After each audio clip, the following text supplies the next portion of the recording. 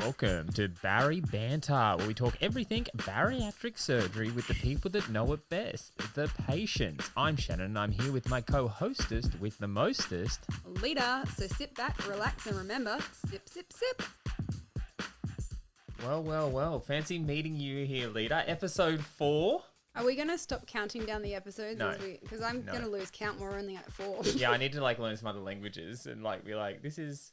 I don't know any other languages. Numero uno plus 3. Yeah, so we had a good little trip away for your birthday. That was exciting. We were Tangalooma Island. Oh, you got it this time. I got it. It only took you 3 days to remember the island that we went to. Yeah, it was epic though. We went sandboarding, which was, I guess, we call that an NSV because you'd be able to climb those sand dunes and then slide down it. It was quite an achievement. I must admit, I do now have bruises on my hips because of it. Nobody put that in the little disclaimer beforehand. Caution, you might have hips. At least it isn't bruises on your spine. You might have hips. You might get bruises on your hips. Yeah. But yeah, we were actually the first couple up there, and I'm a real gentleman, I must say.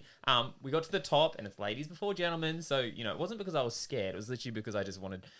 You to go first and experience it. You're first. such a gentleman. You're such a gentleman. gentleman. Also, I must admit, so last week you had a bit of a dig at me for not liking donuts and Nutella and all those other delicious things. Yeah. So I have a little bit of a gripe to pick with you this week. A gripe? So we go away on holidays, and what did you pack, Shan? Clothes? No, you didn't. What sort of breakfast food did you pack? Well, I did pack clothes. I packed oats. So we went away for 3 days on a tropical holiday, and you packed 3 days worth of oats. I think you have a problem. At least I didn't pack 6 days of oats for 3 days. It was, they're delicious. Is that because it just wouldn't fit into the bag? They're nutritious and delicious, okay? Or is that just because you're so simple? Well, yeah, maybe. All right, well, we do have a guest in the wings waiting to have a chat, have a bit of banter. We do. So this is somebody who had their gastric sleeve back in April of 2017. She was 140 kilos. 3.5 years later, she's fit and healthy, weighing in at 86. Running her first half marathon, then just 2 weeks later, she went under the knife for her first of 2 rounds of plastic surgeries.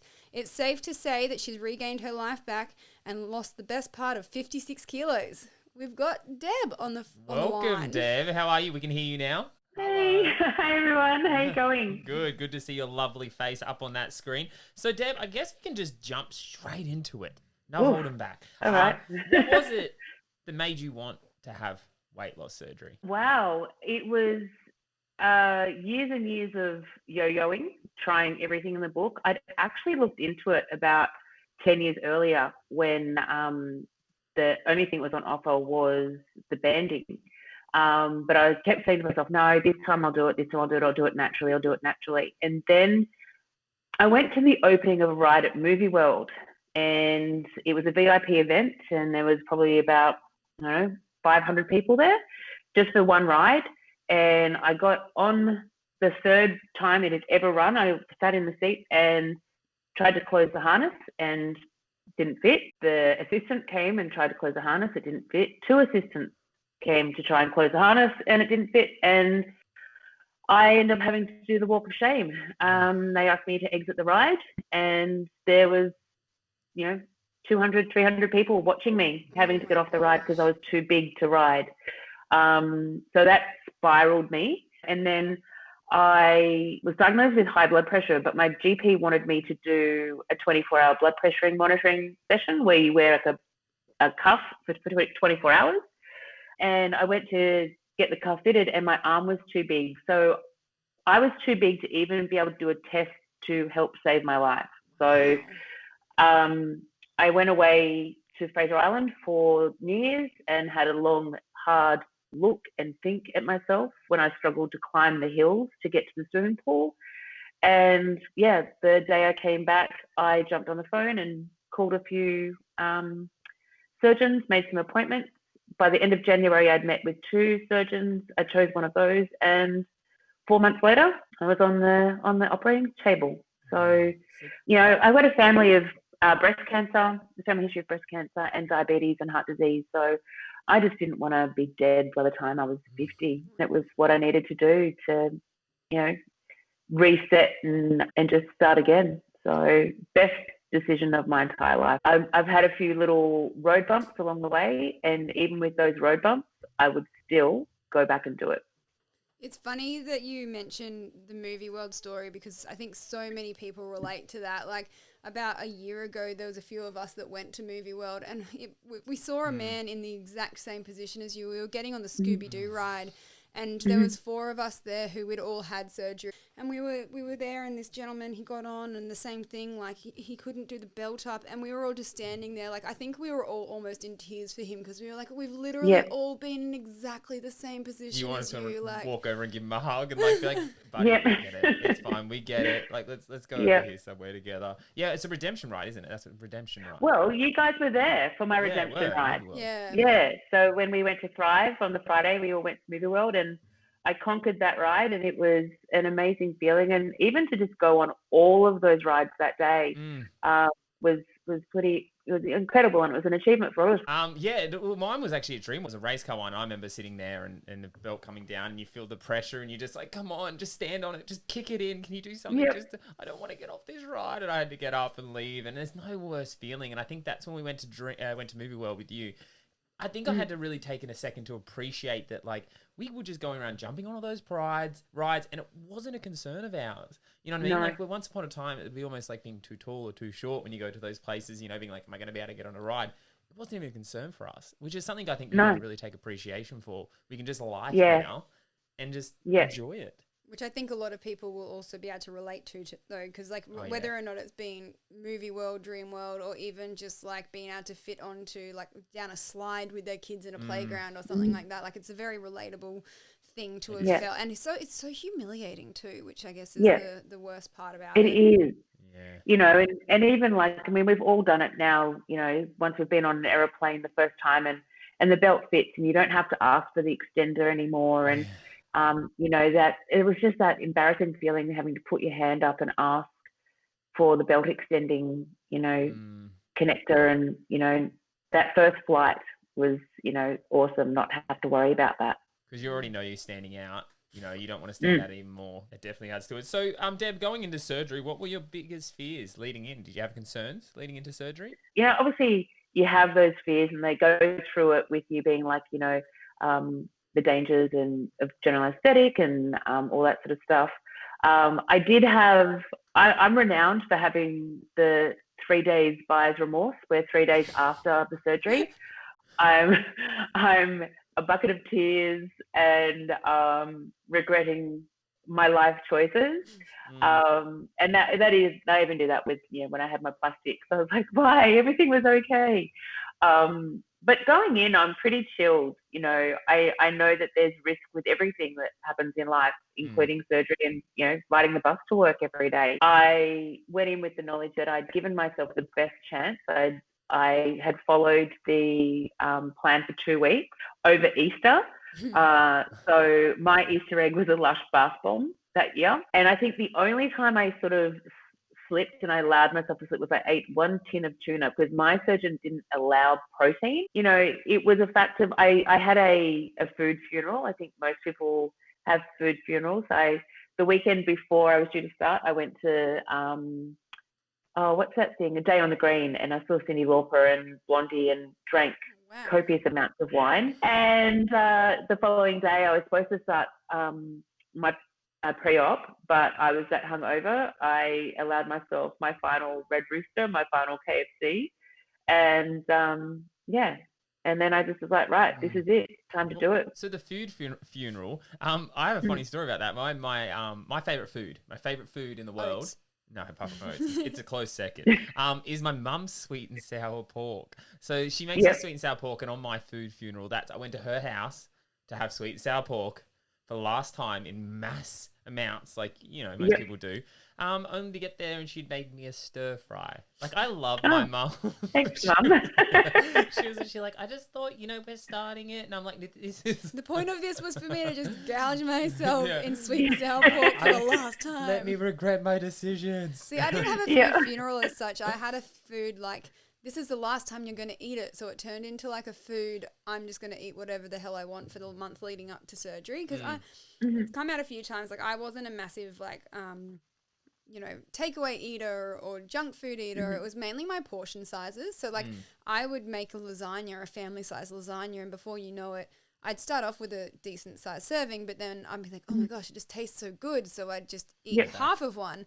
And so I just remember the last time, I'd have a food funeral for each individual food group. So it was like, oh, this is the last time you're going to have lasagna. Enjoy it, and you're not going to eat it again. And then the next week it was I love that you call lasagna a food group. It's right next to pasta and pizza. Lasagna is its own. And then I did the same. I was like, oh, tacos. This is the last time you're going to eat tacos.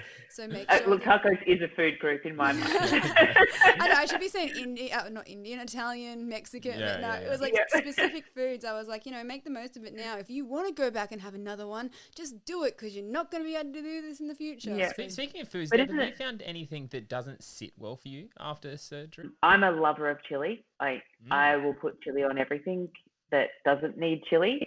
My stomach doesn't enjoy chili, but I just double up on the Nexium and kick on with life. So, but yeah, no, I've been fortunate. And through research and talking with my gastric surgeon, I think most of the food intolerances come from bypass. Sleeve is, you don't tend to see much, and this is just from speaking with my gastric surgeon, that sleeve surgery, you don't tend to see much in the way of the food intolerances or the malabsorption situation that tend to come from bypass. So, I found out something very interesting from my surgeon not too long ago. I don't know if many people know this or not, but there's different tightnesses that they do with the sleeve. So if you have a loose sleeve, you're going to have less, typically speaking, and by all means, I am not a surgeon by any means. No. I mean, I could try, but no, but apparently the tighter the sleeve is, the more obviously restriction you'll have, but also the more sort of dumping and that sort of thing that you'll have. So if you get a surgeon who does a looser sort of sleeve, you might not have as many, I don't want to use the word complications, but you might not have as many sort of complications after surgery. I don't want to call it complications, but complications. So I found that very interesting. Yeah, in the early stages for you, Deb, did you have any struggles? Do you have any issues in, like, say, the first year or two? Is this where I bring up my favourite topic? No. Oh, you can if you like. We're not afraid of that topic. What is that topic? What have I missed out on? The topic of going number twos. This is my favourite topic. Yeah, well, I didn't really have anything in the way of complications. It was smooth sailing until I got to around about October. And look, one thing that, I didn't realise was going to happen was because, you can't really fit in the water and the amount of nutrients and the fibre and everything, your body kind of seizes up, and my body seized up. And what resulted was having probably the most painful surgery I've ever had in my entire life. Because I actually ended up getting so constipated, I ended up with a bowel prolapse. So essentially I had to go in and have surgery to put my bowel back where it was supposed to go. And that happened through me trying to push so hard from being constipated. So it's and that is something that is not talked about like really openly, but when you sort of sit down with your friends and that have had sleeves and you go, oh golly, I haven't pooped for like 4 days, or it's like, you look at my travel, if I go anywhere, you're always going to see Movacol and Coloxal in a makeup bag because I don't go anywhere without it. Yeah, I keep the Ducalax drops because as much as they don't taste very nice, they're only a few drops under your tongue, and if you got to go, you got to go. See, you wondered why I take oats. Take my fibre with me wherever I go. So straight out of the great topic of poo. Yes. I have to mention, Debs is single. Guys, if you're watching, she is single and ready to mingle. No, maybe not ready to mingle. I don't know, just added that in. Well, while we've been sitting here, my Bumble did bing. Oh, you Bumble did. I wonder if they're listening into the podcast and like, hey, Deb, I just heard you talking about poop. Let me slide into your DMs. You had me at poop. So were you single at the start of this process? I've been single for 15 years, I think it's been. And I think it was before having my surgery, it was because I didn't feel confident at being 140 kilos. I'm not through lack of trying people and the like, but I just wasn't confident. And the only way I felt confident to talk to people was going out to a nightclub and getting absolutely rotten drunk and then becoming a mess and falling over and all that sort of stuff. So I then decided, no, it's time to take myself off the market. So I spent a lot of time just being like, look, you're going to be alone for the rest of your life. And then I had my surgery. So I was like, right, I need to actually really focus on myself. And then came the not liking my body because of my excess skin, not liking the way I looked naked, and then thinking to myself, well, I don't want to be with a man while I look like this because, you know, I don't want him to touch me in the wrong place and feel this excess skin. I've been single the whole time, but I'm looking to change that. Yeah, so if anyone's interested. We'll put her. We'll put Deb's deets in the comment Yeah, section slide below, into so it, yeah. you can So slide you in. just obviously on Bumble, so you've kind of dabbled back into the dating life. Is that a new thing for you, or is that something you've dabbled in before, or? I have dabbled before, like 10 years ago, back when it was Oasis and Plenty of Fish. But it was only this year that I, through talking with some colleagues and some friends, that I finally decided to download the app. Yeah, how do you rate it, like, compared to just going out to a pub? You It's a bit look, hard in pubs at the moment. But... yeah. It is. It's hard in pubs at the moment, but I also found it was hard on Bumble during the current life that we are experiencing, because I prefer to meet people and talk to them face to face. Like there's only so much you can do through written word, and there's no tone, and you're like, oh my gosh, and then you're thinking, did that come across arrogant or harsh or anything like that? And then you spend time, it's 3 days later and you haven't had a response, and you're like, oh, okay, right. So at this stage, I'm still sort of like unsure if it's for me or not. Yeah. I often say to friends that I wish we could go back to the olden days, like our grandparents, where they'd go to a dance in the local school hall, and can we bring that back? Like a disco. Yeah. Disco. I would love to bring that back, because I've mentioned, I think it was in our first ever episode, like for reasons from my past relationships, I have a bit of a weird sort of energy when it comes to online dating. But then I go out to nightclubs back in the day. I used to go out to the pub or whatever. And then if people were like chatting to me or hitting on me, I would actually feel kind of like disgusted, being like, you don't know me. Why are you trying to talk to me? Like I will be the first person to admit that I'm probably a little bit psychologically damaged when it comes to relationships. But like it's so hard these days, because it's kind of like you're damned if you do and you're damned if you don't. Because like I love the attention on dating apps, but then I also know that it's not necessarily truthful, or that, they're only out there for one thing. But then you get exactly the same thing when you go to a pub. So it's just, how do you do it? Yeah, I think I honestly, I'm not a huge fan. Like, I was married for 10 years and I was out of the dating scene pretty much since online dating commenced. And then I obviously went back into it a couple of weeks after, or a couple of months after, replaced my ex with someone else, because it was just, that was my way of kind of coping with the whole situation. And it was a disaster, because I went on there and didn't get any matches, and it just complete blow to my confidence, and I was feeling terrible. But now, I almost refuse now to go back on ever, because it's like, it is just literally based so much on appearance, and like it's so like it's like a meat market, it's like swipe, you know what I mean? Like, guys don't, like, it's almost like taking the chase out of it, if you know what I mean? Like, you used to go to a pub and you'd buy a girl a drink, you'd have to, that kind of situation. Now it's just like right. It's a numbers game for guys. You continuously say right until you eventually get a match. Yeah, literally. Because, but do you not think? Well, that's why I was talking with somebody in the community about it, and they've been on there, and they've been sort of my guru for dating on and using that. And she said, I got quite upset at one stage about the whole situation, and she said to me, it is a numbers game. It's about she's like, how often are you swiping right on people? Are you swiping more left than you are right? So I was getting really quite upset, because I'm like, I keep swiping, and I'm not getting any hits. She's like, but are you are you swiping 1 in 5 or 1 in 20? And I'm like, probably more 1 in 20. She's like, well, it's the numbers game. You've got to swipe as much right as what they are. So, but do you not think that it also comes down to like your own self-worth now, like in the value that you have in yourself? Like I remember back when I was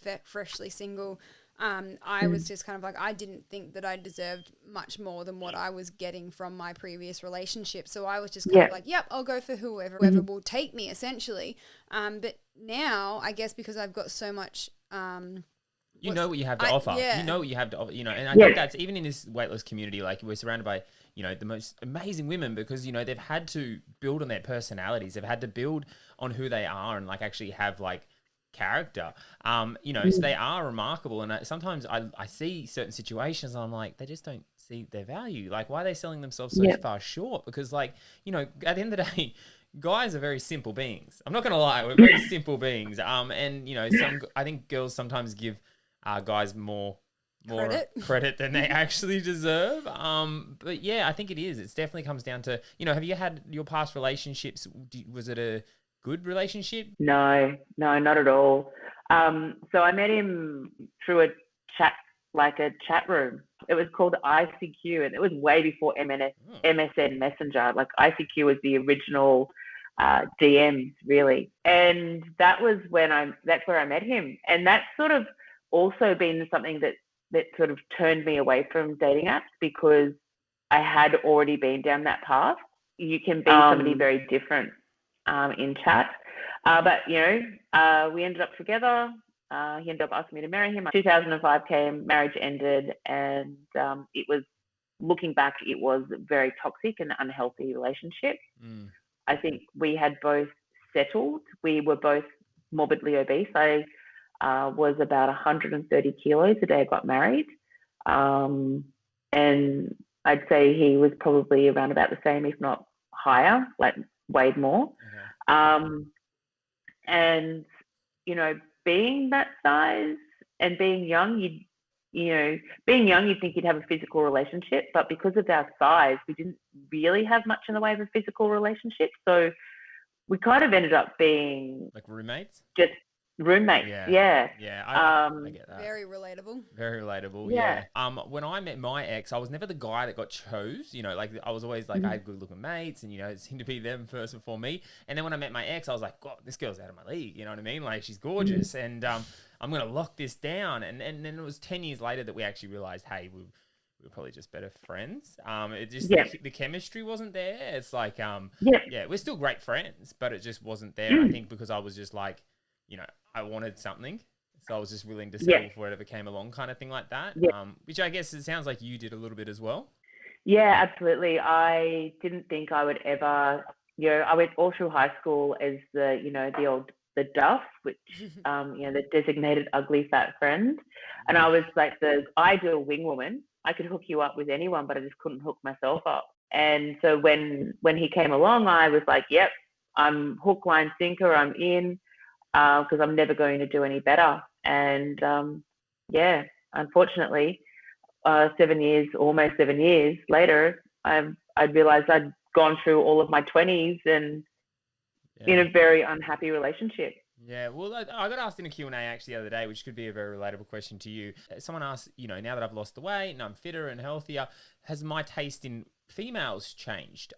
Do you feel like you have changed in the way of like who you're attracted to now? Because you're quite into fitness now too. Do you feel like you have changed a little bit in that aspect? I guess I look at younger men these days. Wow, look out. On the prowl. How young are we talking? Because, like, as I said, we're going to put your phone number at the bottom of this. So what age group are we talking at, Deb? Look, I'll go mid-30s. And, Shan, you're in. But no, like, I just want somebody who can he's looking after themselves, looking after their health, because the one thing I don't want to do, and I've seen this happen with friends who have, had their weight loss surgery and lost their weight, and you get comfortable and you go out for meals and you sort of exercise takes a back foot to, laying on the couch and watching movies, and what comes hand in hand with laying on the couch and watching movies is snacking and that sort of stuff. So Really. I want to meet somebody who wants to be active, and, you know, as much as I do want to still do the, you know, the Netflix and chill thing, I'd want somebody who's going to come out with me on a Saturday morning for a run. Somebody who is open to going for a really nice long walk on a Sunday morning and then going and getting, you know, bacon, eggs, coffee somewhere. Yeah. And I'm also open to somebody who has their own fitness journey as well. You know, if he's into playing football or anything like that, look, go do that, because I'm not going to stop you from maintaining your your health goals. As much as, you know, I don't want them to stop me from achieving my fitness and health goals as well. And if we can do it together, it makes it, you know, much more achievable, because you've got a cheerleader there with you who pushes you and wants you to strive to be the best you can be. So I kind of want to touch a little bit on your fitness achievements, because you recently did a post about the fact that you've just completed your third half marathon, which was something, was it third? You've completed your third half marathon, which, you know, back in the day was something that you never even thought you'd even do one. And you've told us before that it wasn't until around the 2-year mark from surgery that your focus actually started shifting towards fitness. So was this something, when you were, like, before you had surgery, was fitness something that ever came into the equation, or was it something that you developed quite later on down the track? Because obviously, like, when Shan and I talk to each other, or when we've had, like, Elle on, we're quite fitness driven. Is this something that you sort of just developed later on, or, like, how did you come across this sort of journey? I've always been interested in fitness, but it was my food that was my issue. So I would think, you know, my half-hour PT session would allow me to eat, you know, a supersized KFC meal, and, you know, it was balancing out, which wasn't quite what was happening. But no, fitness was always something that I did in spits and spurts. Like I'd go hard, and then because of my size and not following correct procedures and form, I'd hurt myself, and then I'd stop. And then I'd find something else, and I'd throw myself into it, and then I'd get bored and I'd stop. And so the first year of after my surgery was just about my weight loss. It was all about weight loss. I did still do some level of fitness, but it was mostly my food that was helping me to lose the weight. And then about the January, I decided to go back to parkrun. I had done parkrun 3 or 4 years earlier. You know, I did 10 weeks of parkrun and then stopped because it became all too hard. So I went back, and I pretty much haven't stopped apart from surgeries and maybe a couple of hungover Saturdays. Did you like parkrun because of the consistency? Like, because it was each week, it was something to work towards each week? Or was it the community aspect for you? The start of it was definitely the community. You know, I have been fortunate that I went back by myself the first week, and I'd posted it on my Instagram, and one of my friends who's sort of on the fringes of the community now, she messaged me and she said, oh, I'd done North Lakes that day. And she's like, oh, we'll come down and do Sandgate with you next week. And next thing, there was a post on Instagram, and it's like, hey guys, we're doing a meetup next Saturday at Sandgate Parkrun. Come and hang out with me and Debs. And I was like, oh my gosh, all these people are going to show up. I don't know anyone. Like, I'm scared. I'm nervous. And suddenly all these people showed up, and we all went and had breakfast afterwards. And I was like, hey, this is cool. And then the following week, it was myself and my best friend Kay, who she came along, and it was just the two of us. And I sort of did the whole 5 kilometers. So she was a much faster runner than me. And so she took off, and I spent the whole 5 kilometers thinking to myself, oh my gosh, we're going to go for breakfast after this. And what if we don't like have anything in common? I freaked out for the whole 5 kilometers. And I don't know if I've ever told her this story before. Yeah, I think you actually haven't. It was like you ended up having a TV show that you had in common. I think it was a musical. Hamilton. We had a musical in common, Hamilton. And I was like, you're my new best friend. And I think it is like that. Like you're surprised who it is you connect with, because you're always someone I've watched, because you were out there doing parkrun. You were very like, you know, focused around getting out there doing that kind of thing. And for me, I'm like, I love that, because I personally love the community aspect of that, being involved in something and being part of something. But it was also parkrun that sort of ended up cementing our friendship, I think, because we'd met you at a meetup once before, like real briefly, and then we saw on Instagram that it was your 50th park run. So we decided to come down from the Sunshine Coast and join you for your 50th, which later on turned into us joining you for your 100th park run as well. But like, I just remember for me, like, you were somebody who you'd already done 50 park runs. I was at park run number 3 when we met you. And I was just like, oh my God, I want to be a runner like Deb. I saw you as an athlete, and you are an athlete. You've done how many park runs now? I've probably done about 104, 105, because I think it was around about the 14th of March that park run came to an end this year. But you've continued doing them the whole way through. I have continued. Yeah, and I've done 5K your way. What did I work out? I've done 20. No, it's 23 because it was two that you didn't do. But like, so you've still done over 120 park runs, we'll call it. Like, to me, you are an extreme athlete, and you've done 3 half marathons, and it's just that, like, I just remember looking up to you and being like, well, and you finished before me as well on your 50th park run, and I was like, oh my God, I've got to keep up with Deb. I've got to do it. Like, you were one of the driving factors for me to continue doing park run. And you are a prime example of, like, you know, you do get out there and give it your all. Like, you know, I always talk about your hard. You know, if you're pushing your hard, I have mad appreciation for everyone pushing their hard, no matter what your hard is. You know, my hard once upon a time was tying my shoes. It's now running a marathon, you know what I mean? But like, watching someone still at the stage of like tying their shoes and striving to do that, I still get real motivation from that. And I think that, you know, with you, it's like you've always been consistently working and improving. And, you know, you've had you know, we were getting to, obviously, you've had your surgeries for plastics and stuff, which have set you back.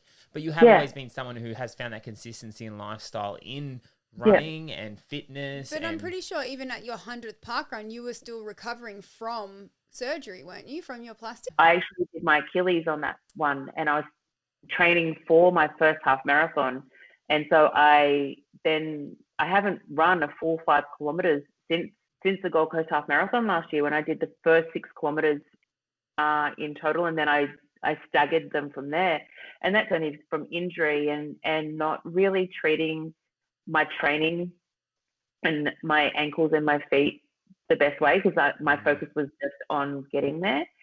You know, you talk about you guys being, or me being an influencer for you guys. You know, you guys have also done the same for me, and you'd be aware that, you know, I took a very big step in trying to get better. And, you know, don't get me wrong, guys, like, and those that are listening or watching, and these guys have given me probably way more props, like, in being an elite athlete. I still, you know, wake up to my alarm and go, no, I can't be bothered today. And I don't. I don't beat myself up. And that's the most important thing, is don't beat yourself up if you decide not to do it, not that day, because the following day is day 1, and the day after that is day 1. The time that you need to start questioning where you're at is when it gets to day 7 of day 1. And, you know, 30 days of day 1. Day 1. It's still day 1. No, but it comes down to balance too, though. Like, you've got to push yourself, but you've also got to relax and rest. And it depends what your goals are too, you know. Like, your goal is to just have a lifestyle, you know, build that foundation in order for you to live the life you want to live. You know, we talked like Earl is to, you know, do Ultramans and stuff like that. So like, it's all in a scalable thing. You know what I mean? Like, you do what you need to do to work towards the goals you have, and other people do the goals. You know, you just got to make sure you have those goals and you do what you need to do to get to those goals. But I also think that's why you're so relatable and so inspirational too, though, is that you are out there smashing your goals every day or every first day. But like, you also, you know how to take a chill pill, you know how to enjoy yourself and have a glass of wine and watch Hamilton. Like, you are one of the most balanced people I know that is still out there smashing your goals.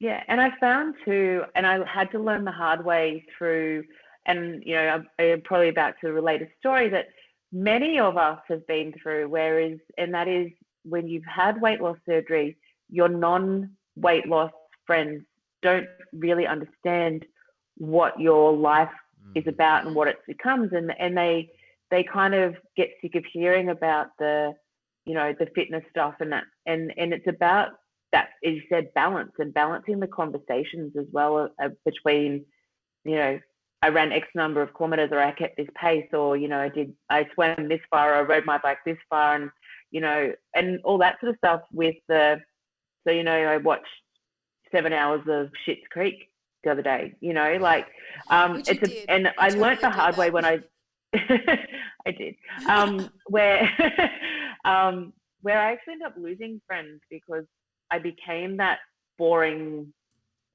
person, and I was no longer approachable, because I made it, to some extent, I made it a lot about myself.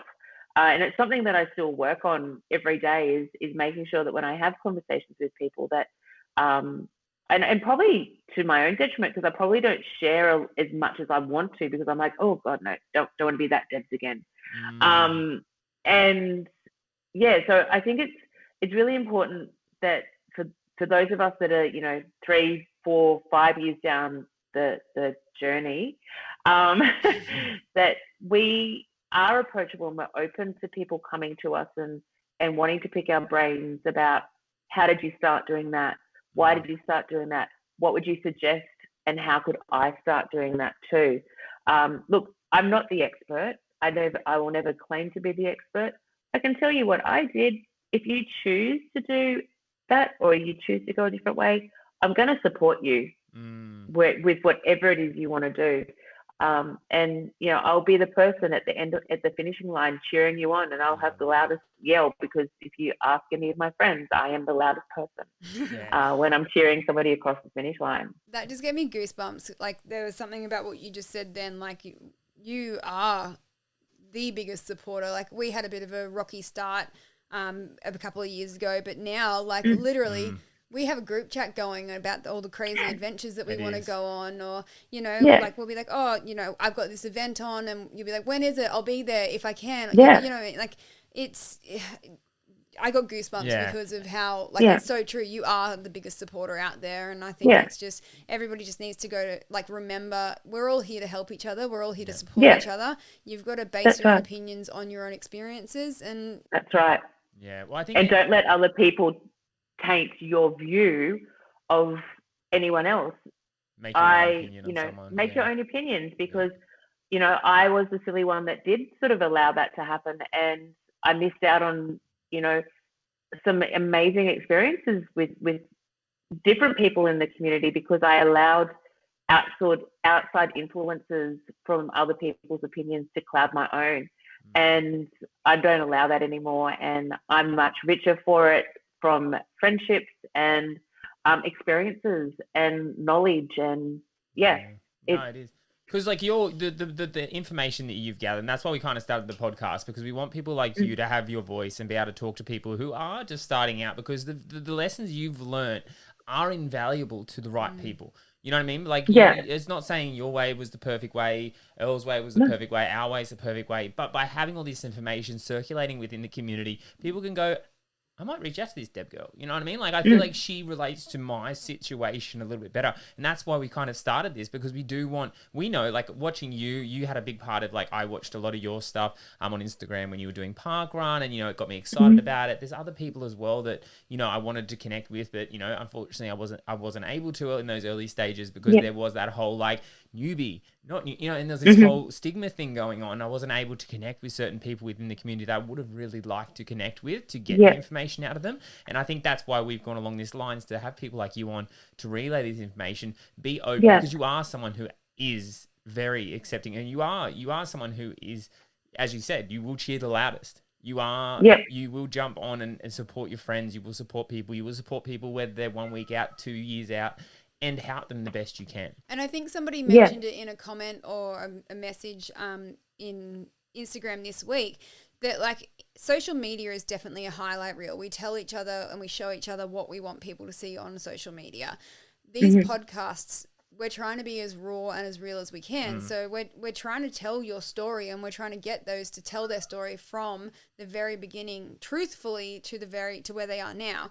Which doesn't mean that like your way is going to resonate from A to B to everybody, but they might take a little bit out of your story, a little bit out of Elle's story, a little bit out of Will's story, and be like, you know what? Everybody's so different, but I'm gonna be okay. Like I can take this from Deb, this from Will, this from Elle, like, and just everybody's so different, but as long as we're all there to support each other, like we will be okay. You know, we're not always going to get along with each other. That's a given. But you can still learn from, you know, I'm never closed-minded to someone, even if I don't agree with the way they're doing things. I'm still open-minded to it because they will have a lesson.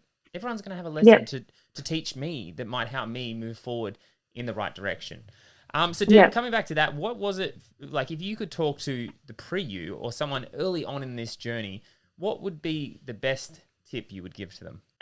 Just trust that your sleeve or your bypass is doing what it needs to do. So often I will see somebody who has just recently been sleeved, not so much in Instagram, but more so on like Facebook groups, and where they're like, I've stalled, and they're 3 weeks out. And you just have to remind them that, you know, you haven't stalled. Your body's just in a little bit of a shock at the moment, and it's just trying to figure out what's going on. A stall is something that lasts, you know, for months, and most of the time a stall is because there's just a little tweak that needs to happen with nutrition, and then you'll see that the scale's moving. But then there's that other word, the scales.